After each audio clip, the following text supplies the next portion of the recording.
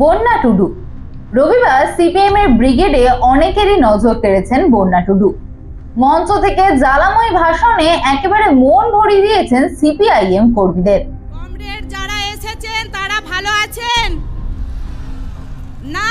আমরা বলবো ভালো নেই। আপনারা হাত তুলে বলে দিলেন আমরা ভালো আছি। কি করে ভালো থাকবো? আমরা ভালো আছি। দুটো সরকার চলছে, চোরের সরকার আর ডাকাতের সরকার।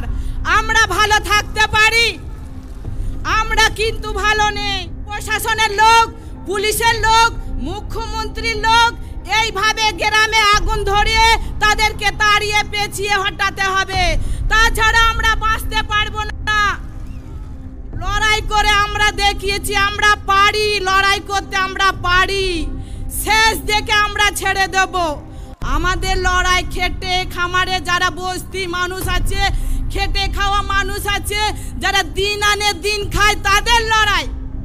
বুথে বুথে লড়াইকে এগিয়ে নিয়ে যাওয়ার ডাক দিয়েছেন বন্যা। কিন্তু কে এই বন্যা টুডু?